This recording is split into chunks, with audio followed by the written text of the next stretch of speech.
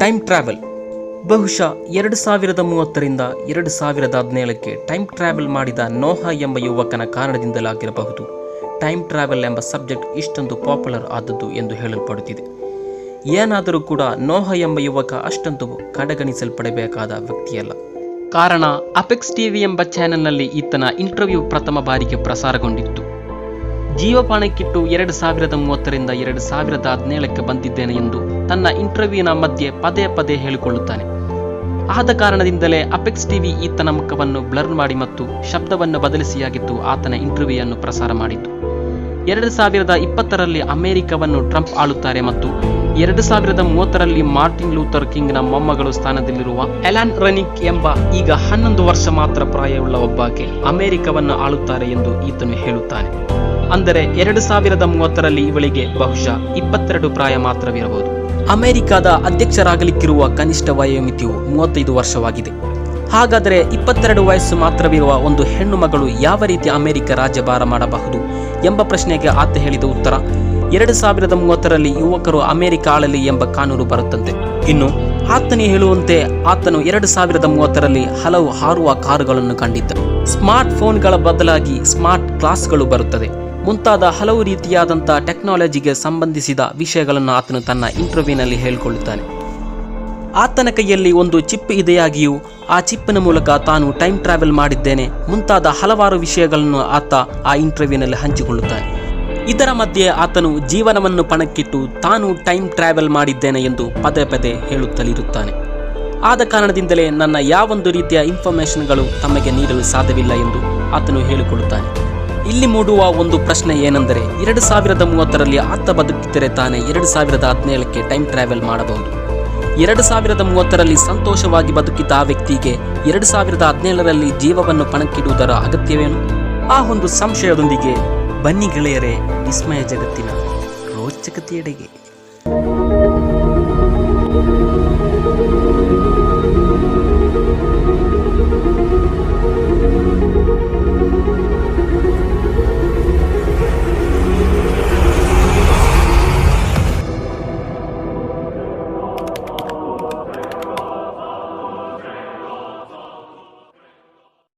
Time ಟ್ರಾವೆಲ್ನ ಕುರಿತು ವಿವರಿಸಬೇಕಾದರೆ 4th ಡೈಮೆನ್ಷನ್ನ ಕುರಿತು ಆರಂಭದಲ್ಲಿ ತಿಳಿಯಬೇಕಾಗುತ್ತದೆ.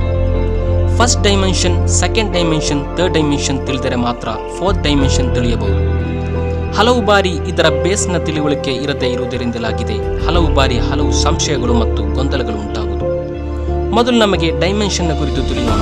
ಫಸ್ಟ್ ಡೈಮೆನ್ಷನ್ ಅಂದರೆ ಒಂದು ಉದಾಹರಣೆಯೊಂದಿಗೆ ವಿವರಿಸುತ್ತೇವೆ. ಒಂದು ಇರುವೆ ನಡೆಯುತ್ತಿದೆ ಎಂದು ಭಾವಿಸಿಕೊಳ್ಳಿ. ಆ ಇರುವೆಯು ಎಕ್ಸ್ ಆಕ್ಸಿಸ್ನಲ್ಲಿ ಮಾತ್ರ ಮುಂದೆ ಸಾಗುತ್ತಿದೆ. ಎಕ್ಸ್ ಆಕ್ಸಿಸ್ನಲ್ಲೇ ಮರಳಿ ಬರಲು ಕೂಡ ಅದಕ್ಕೆ ಸಾಧ್ಯವಿದೆ, ಆದರೆ ಎಡ ಬಲ ಬದಿಗಳಿಗೆ ಸಾಗಲು ಸಾಧ್ಯವಿಲ್ಲ. ಈ ಒಂದು ಮೋಷನ್ ಆಗಿದೆ ಫಸ್ಟ್ ಡೈಮೆನ್ಷನ್ ಎಂದು ನಾವು ಹೇಳುವುದು. ಸೆಕೆಂಡ್ ಡೈಮೆನ್ಷನ್ ಅಂದರೆ ಇವರಿಗೆ ಎಕ್ಸ್ ಮಾತ್ರವಲ್ಲದೆ ವೈ ಡೈಮೆನ್ಷನ್ಗೂ ಸಾಗಲು ಸಾಧ್ಯವಿದೆ. ಒಂದು ಪೇಪರ್ನಲ್ಲಿ ವೃತ್ತಾಕಾರದಲ್ಲಿ ಸಂಚರಿಸಲು ಸಾಧ್ಯವಿದ್ದರೆ ಅದನ್ನು ಸೆಕೆಂಡ್ ಡೈಮೆನ್ಷನ್ ಎಂದು ಕರೆಯಬಹುದು.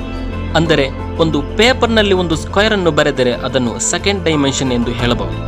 ಇನ್ನು ಇದು ಒಂದು ಡೆಪ್ತ್ ಮೇಲಿರುವಾಗ ಅದು 3D ಆಗುತ್ತದೆ, ಅಂದರೆ ಥರ್ಡ್ ಡೈಮೆನ್ಷನ್. ಉದಾಹರಣೆಗೆ ಒಂದು ನೊಣ ಹಾರುವಂತೆ ಅದಕ್ಕೆ ಎಕ್ಸ್ ಮತ್ತು ವೈ ಜೊತೆಗೆ ಝೆಡ್ಗೂ ಹೋಗಲು ಸಾಧ್ಯವಿದೆ. ಅಂದರೆ ನಮ್ಮ ಈ ಒಂದು ಪ್ರಪಂಚ ನಮಗೆ ಎಡಕ್ಕೂ ಬಲಕ್ಕೂ ಹೋಗಬಹುದು, ವೃತ್ತಾಕಾರದಲ್ಲೂ ಮೇಲಕ್ಕೂ ಹೋಗಲು ಸಾಧ್ಯವಿದೆ. ಅದಾಗಿದೆ ಥರ್ಡ್ ಡೈಮೆನ್ಷನ್. ಹಾಗಾದರೆ 4th ಡೈಮೆನ್ಷನ್ ಅಂದರೆ ಈಗಿನ ಟೆಕ್ನಿಕಲ್ ಸಿಸ್ಟಮ್ಗಳಿಂದ ಸಾಧ್ಯವಿಲ್ಲ ಎಂದು ಸೈನ್ಸ್ ಹೇಳುತ್ತದೆ. ಈ ಸಂದರ್ಭದಲ್ಲಿ ನೀವು ಪ್ರಾಥಮಿಕವಾಗಿ ತಿಳಿದಿರಬೇಕಾದದ್ದು ಈ 3 ಡೈಮೆನ್ಷನ್ಗಳೊಂದಿಗೆ ಟೈಮ್ ಸೇರುವಾಗ 4th ಡೈಮೆನ್ಷನ್ ಉಂಟಾಗುತ್ತದೆ. ನಮಗೆ ಫಿಸಿಕ್ಸ್ ಅನ್ನು 2 ಕಾಲಗಳಾಗಿ ವಿಂಗಡಿಸಬಹುದು. ಒಂದು Newtonian physics, 2 Einsteinian physics. Newtonian physics ಅನ್ನು ಕ್ಲಾಸಿಕಲ್ ಫಿಸಿಕ್ಸ್ ಎಂದು, ಐನ್ಸ್ಟೀನಿಯನ್ ಫಿಸಿಕ್ಸ್ ಅನ್ನು ರಿಲೇಟಿವ್ಸ್ ಫಿಸಿಕ್ಸ್ ಎಂದು ಕರೆಯಬಹುದು. ಅಂದರೆ ಇವೆರಡೂ ಕೂಡ ಬೇರೆ ಬೇರೆ ಕಾಲಗಳಾಗಿವೆ.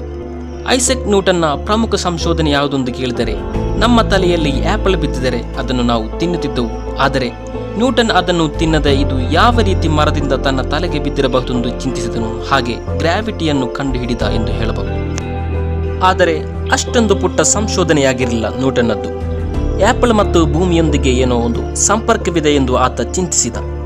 ಇದೇ ಸಂಪರ್ಕವು ಭೂಮಿ ಮತ್ತು ಸೂರ್ಯನ ನಡುವೆ ಇದೆ ಎಂಬುದಾಗಿಯೂ, ಅದೇ ಸಂಪರ್ಕ ಭೂಮಿ ಮತ್ತು ಚಂದ್ರನ ನಡುವೆ ಇರುವುದಾಗಿಯೂ, ಅದೇ ಸಂಪರ್ಕ ಇದೇ ರೀತಿ ಸೂರ್ಯನ ಸುತ್ತಲೂ ಸುತ್ತುತ್ತಲಿರುವ ಎಲ್ಲ ಗ್ರಹಗಳ ನಡುವೆಯೂ ನಮ್ಮ ಸೋಲಾರ್ ಸಿಸ್ಟಮ್ ಮತ್ತು ಇನ್ನೊಂದು ಸೋಲಾರ್ ಸಿಸ್ಟಮ್ನ ನಡುವೆಯೂ ಗ್ಯಾಲಕ್ಸಿಗಳ ನಡುವೆಯೂ ಇದೆ ಎಂದು ಸಂಶೋಧಿಸಿದ. ಇದೊಂದು ಅದ್ಭುತವಾದ ಸಂಶೋಧನೆಯೇ ಆಗಿತ್ತು. ಇದಾಗಿದೆ ವಾಸ್ತವದಲ್ಲಿ ನ್ಯೂಟನ್ ಅತ್ಯಂತ ಮಹತ್ತರವಾದ ಗ್ರಾವಿಟಿ ಎಂಬ ಸಂಶೋಧನೆ. ಸೂರ್ಯ ಮತ್ತು ಭೂಮಿಯ ನಡುವೆ ಸರಿಸುಮಾರು 149.6 ಮಿಲಿಯನ್ ಕಿಲೋಮೀಟರ್ಗಳಿವೆ. ಸೂರ್ಯನ ಪ್ರಕಾಶವು ಅಷ್ಟೊಂದು ದೂರವನ್ನು ಕ್ರಮಿಸಿ ಭೂಮಿಗೆ ತಲುಪುತ್ತಿದೆ. ಸೂರ್ಯನಿಗೆ ಪ್ರಕಾಶವಲ್ಲದೆ ಶಬ್ದವೂ ಕೂಡ ಇದೆ. 85 ಡಿಸಿಬಲ್ನಷ್ಟು ಶಬ್ದವನ್ನು ಮನುಷ್ಯನ ಕಿವಿಗಳಿಗೆ ಆಲಿಸಬಹುದು. 85 ಡಿಸಿಬಲ್ ಅಂದರೆ ಮನುಷ್ಯನು ಕೇಳುವುದರಲ್ಲಿ ಅತ್ಯಂತ ಗರಿಷ್ಠವಾದುದಾಗಿದೆ. 85 ಡಿಸಿಬಲ್ಗಿಂತ ಕಡಿಮೆ ಅಂದರೆ 60 ಅಥವಾ 70ರವರೆಗಿನ ಡಿಸಿಬಲ್ಗಳನ್ನು ಮಾತ್ರ ನಮಗೆ ಗರಿಷ್ಠ ಅಂದರೆ ಸಹಿಸಬಹುದು. ಇದರ ಸರಿಸುಮಾರು 30 ಅಥವಾ 40ರಷ್ಟು ಪಟ್ಟು ಹೆಚ್ಚಾಗಿದೆ ಸೂರ್ಯನ ಶಬ್ದ ಎಂದು ಹೇಳಲ್ಪಡುತ್ತಿದೆ. ಆ ಶಬ್ದವು ಭೂಮಿಗೆ ತಲುಪುತ್ತಿಲ್ಲ. ಕಾರಣ ಶಬ್ದಕ್ಕೆ ಸಾಗಲು ಒಂದು ಮೀಡಿಯಾದ ಅಗತ್ಯತೆ ಇದೆ. ಶಬ್ದವು ಗಾಳಿಯ ಮುಖಾಂತರ ಸಾಗುತ್ತದೆ. ಚಂದ್ರನಲ್ಲಿ ಮಾತನಾಡುವ ವ್ಯಕ್ತಿಗಳ ಶಬ್ದಗಳು ಪರಸ್ಪರ ಕೇಳುವುದಿಲ್ಲ. ಯಾಕಂದರೆ ಅಲ್ಲಿ ಗಾಳಿ ಇಲ್ಲ. ಆ ಒಂದು ಆಕ್ಟಿವಿಟಿ ಮಾತ್ರ ನಡೆಯುತ್ತದೆ.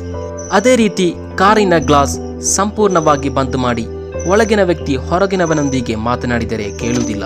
ಕಾರಣ ಶಬ್ದಕ್ಕೆ ಮೀಡಿಯಾ ಬೇಕು. ಆ ಮೀಡಿಯಾ ಸಾಗಲು ಯಾವುದೇ ಅಡಚಣೆಗಳಿರಬಾರದು. ಆದರೆ ಪ್ರಕಾಶವು ಯಾವುದೇ ಒಂದು ಮೀಡಿಯಂ ಇಲ್ಲದೆ ಯಾವ ರೀತಿ ಭೂಮಿಗೆ ತಲುಪುತ್ತಿರಬಹುದೆಂಬುದು ಬಹುದೊಡ್ಡ ಒಂದು ಸವಾಲಾಗಿತ್ತು. ನ್ಯೂಟನಿಯನ್ ಫಿಸಿಕ್ಸ್ನಲ್ಲಿ ಕಾರ್ಪಸ್ಕ್ಯುಲರ್ ಎಂಬ ಸಿದ್ಧಾಂತವಿದೆ. ಅಂದರೆ ಬೆಳಕನ್ನು ಹರಿದು ತೆಗೆದರೆ ಒಂದು ಕಾರ್ಪಸ್ಕ್ಯುಲರ್ ದೊರೆಯುತ್ತದೆ ಎಂಬುದು ನ್ಯೂಟನ್ನ ಒಂದು ವಾದವಾಗಿತ್ತು. ಆದರೆ ಈ ಒಂದು ಸಿದ್ಧಾಂತದಿಂದ ಹಲವು ವಿಚಾರಗಳನ್ನು ಎಕ್ಸ್ಪ್ಲೇನ್ ಮಾಡಲು ಸಾಧ್ಯವಾಗಿರಲಿಲ್ಲ.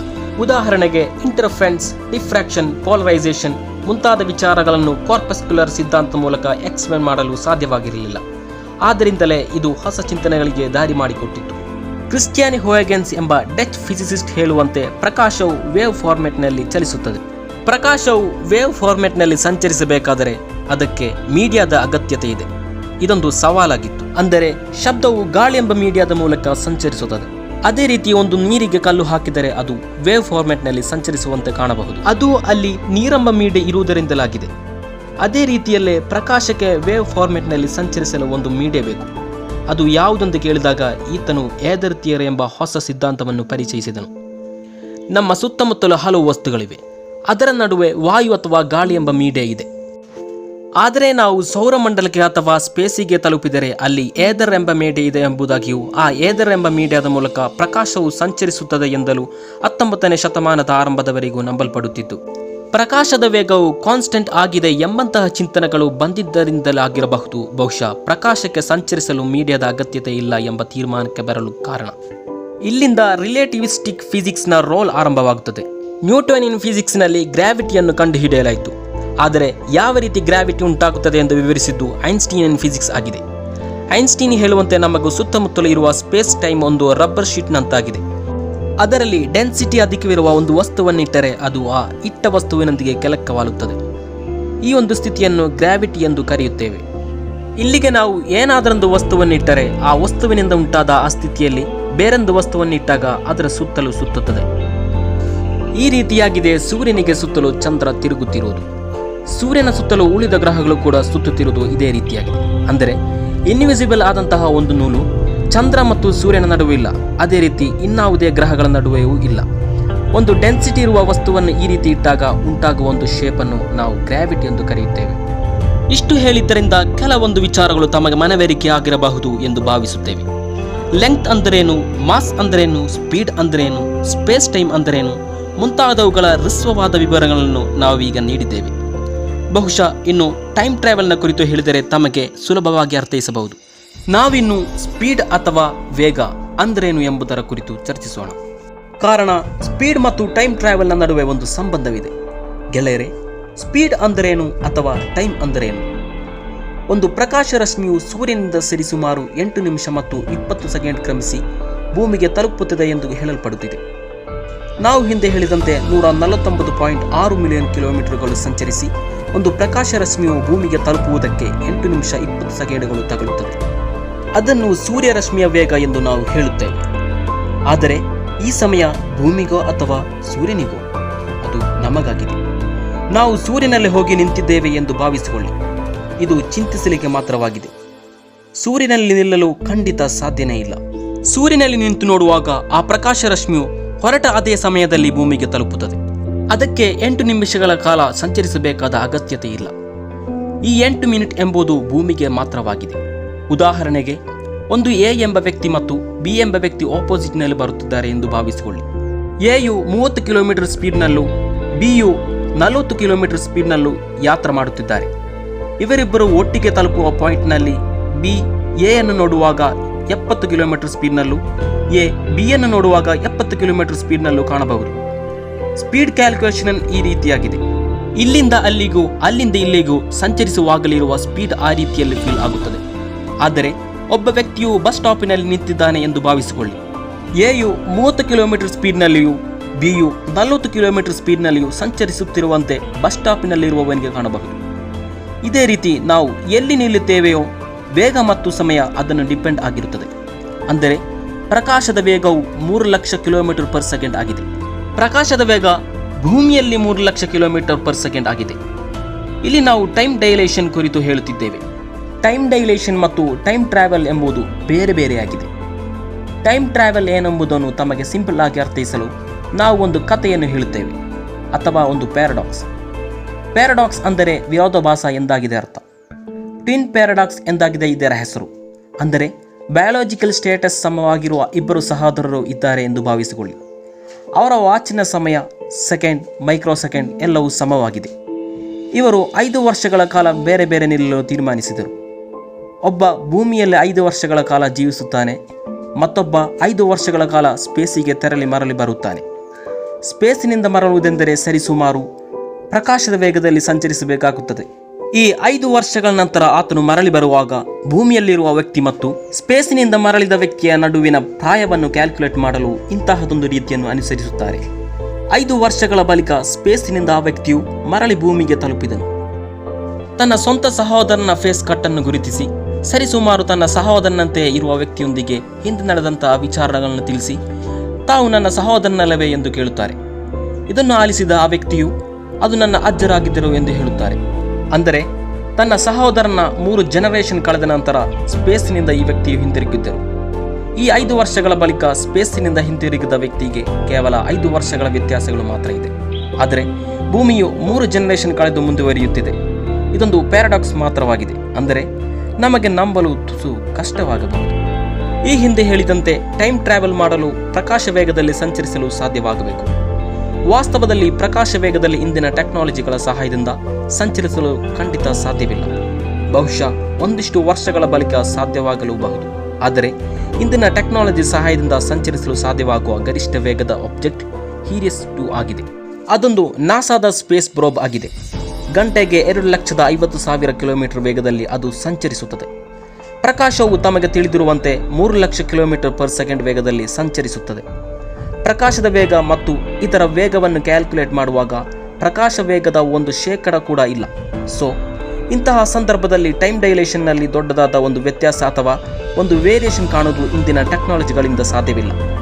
ಗಂಟೆಗೆ 27,000 ಕಿಲೋಮೀಟರ್ ವೇಗದಲ್ಲಿ ಸಂಚರಿಸುತ್ತಿರುವ ಇಂಟರ್ನ್ಯಾಷನಲ್ ಸ್ಪೇಸ್ ಸ್ಟೇಷನ್ನಲ್ಲಿ ತಂಗುವ ಒಬ್ಬ ವ್ಯಕ್ತಿಯು 6 ತಿಂಗಳ ಬಳಿಕ ಭೂಮಿಗೆ ಹಿಂತಿರುಗಿದರೆ ಅವರಿಗೆ ನಮಗಿಂತ 0.05 ಅವರ್ ಕಡಿಮೆಯಾಗಿರುತ್ತದೆ. ಇದರಿಂದ ಟೈಮ್ ಡೈಲೇಷನ್ನ ಸಾಧ್ಯತೆಯನ್ನು ನಮಗೆ ಮನವರಿಕೆ ಮಾಡಬಹುದು. ಇನ್ನು ಟೈಮ್ ಟ್ರಾವೆಲ್ನ ಕುರಿತು ನೋಡೋಣ.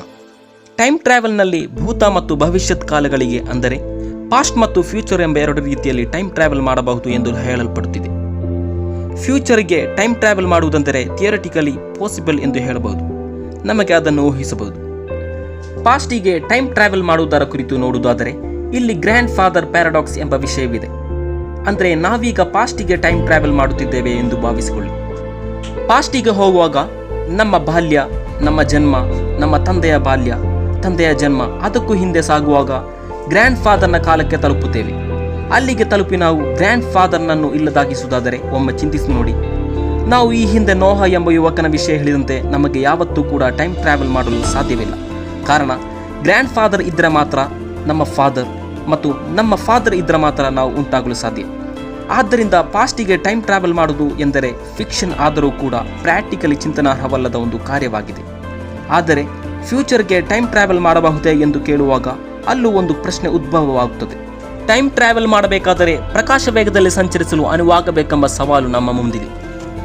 ಇಲ್ಲಿ ಪ್ರಧಾನವಾಗಿ ಕೇಳಲ್ಪಡುವ ಪ್ರಶ್ನೆ ಟೈಮ್ ಟ್ರಾವೆಲ್ ಸಾಧ್ಯವೇ ಎಂಬುದಾಗಿದೆ. ಟೈಮ್ ಟ್ರಾವೆಲ್ ಪಾಸಿಬಲ್ ಆಗಿದೆ. ಒಂದರ್ಥದಲ್ಲಿ ನಾವೀಗಲೂ ಟೈಮ್ ಟ್ರಾವೆಲ್ ಮಾಡುತ್ತಿದ್ದೇವೆ. ಅಲ್ಪ ಮುಂಚೆ ನಾವು ಈ ವಿಡಿಯೋದ ಆರಂಭದಲ್ಲಿದ್ದವು, ಈಗ ಕ್ಲೈಮ್ಯಾಕ್ಸ್ನತ್ತ ಸಾಗುತ್ತಿದ್ದೇವೆ. ಒಂದರ್ಥದಲ್ಲಿ ಇವೆಲ್ಲವೂ ಟೈಮ್ ಟ್ರಾವೆಲೇ ಆಗಿದೆ. ಆದರೆ ನಮಗೆ ಬೇಕಾಗಿರುವುದು ಎಲ್ಲಕ್ಕಿಂತಲೂ ಮುಂಚಿತವಾಗಿ ಟೈಮ್ ಟ್ರಾವೆಲ್ ಮಾಡಿ ಬೇರೆ ಬೇರೆ ಸ್ಥಳಗಳಿಗೆ ತಲುಪಬೇಕು. ಹಲವು ವರ್ಷಗಳಿಗೆ ಎಲ್ಲರಿಗೆ ಮುಂಚಿತವಾಗಿ ತಲುಪಬೇಕೆಂಬುದಾಗಿದೆ. ಇದು ಸಾಧ್ಯವಾಗಬೇಕಾದರೆ ನಮಗೆ ಪ್ರಕಾಶ ವೇಗದಲ್ಲಿ ಸಂಚರಿಸಲು ಸಾಧ್ಯವಾಗಬೇಕು. ಪ್ರಕಾಶ ವೇಗದಲ್ಲಿ ಸಂಚರಿಸುವುದೆಂದರೆ ನಮ್ಮ ಮಾಸ್ ಇನ್ಫಿನಿಟಿ ಆಗುವುದು ಎಂಬುದಾಗಿದೆ ಅರ್ಥ. ಇದು ಇಂದಿನ ಟೆಕ್ನಾಲಜಿಗಳಿಂದ ಸಾಧ್ಯವಿಲ್ಲ. ಬಹುಶಃ ನಾವು ಟೈಮ್ ಟ್ರಾವೆಲ್ ಮಾಡಿ ಫ್ಯೂಚರ್ಗೆ ಹೋಗುವುದಾದರೆ ಅಷ್ಟೊಂದು ಸಮಸ್ಯೆಗಳಿರುವುದಿಲ್ಲ. ಆದರೆ ಫಿಕ್ಷನ್ ಹೇಳುವಂತೆ ಟೈಮ್ ಟ್ರಾವೆಲ್ ಮಾಡಿ ಪಾಸ್ಟಿಗೆ ಹೋಗುವುದಾದರೆ ಪಾಸ್ಟ್ನಲ್ಲಿರುವ ನಮ್ಮನ್ನು ನಾವು ಕಾಣಲು ಸಾಧ್ಯವಿದೆ. ಆ ಸಂದರ್ಭದಲ್ಲಿ ನಾವು ನಿಲ್ಲುವ ಸ್ಟೇಜ್ ಬಹುಶಃ ಪ್ಯಾರಲಲ್ ಯೂನಿವರ್ಸ್ ಆಗಿರಬಹುದು ಅಥವಾ ಮಲ್ಟಿ ಯೂನಿವರ್ಸ್ ಆಗಿರಬಹುದು. ಇದೊಂದು ಫಿಕ್ಷನ್ ಮಾತ್ರವಾಗಿದೆ. ಫಿಕ್ಷನ್ ಅಂದರೆ ಊಹಿಸುವುದು ಎಂದಾಗಿದೆ. ಅಂದರೆ ನಮಗೆ ಏನನ್ನು ಬೇಕಾದರೂ ಊಹಿಸಬಹುದು. ಗೆಳೆಯರೇ, ನಮ್ಮ ಇಂದಿನ ಶ್ರಮ ತಮಗೆ ಇಷ್ಟವಾಯಿತು ಎಂದು ಭಾವಿಸುತ್ತೇವೆ. ತಾವಿನ್ನು ನಮ್ಮ ಚಾನೆಲ್ ಅನ್ನು ಸಬ್ಸ್ಕ್ರೈಬ್ ಮಾಡಿಲ್ಲ ಅಂದರೆ ಖಂಡಿತ ಮಾಡಿ ಮತ್ತು ಮುಂದೆ ನಾವು ಅಪ್ಲೋಡ್ ಮಾಡುವ ಇಂಟ್ರೆಸ್ಟಿಂಗ್ ವಿಷಯಗಳನ್ನು ಶೀಘ್ರದಲ್ಲೇ ಪಡೆಯಲು ಸಮೀಪದಲ್ಲಿರುವ ಬೆಲ್ ಐಕನ್ ಅನ್ನು ಎನೇಬಲ್ ಮಾಡಿ ಮತ್ತು ತಮ್ಮ ಅಭಿಪ್ರಾಯಗಳನ್ನು ಕಮೆಂಟ್ ಬಾಕ್ಸಿನಲ್ಲಿ ತಿಳಿಸಿ.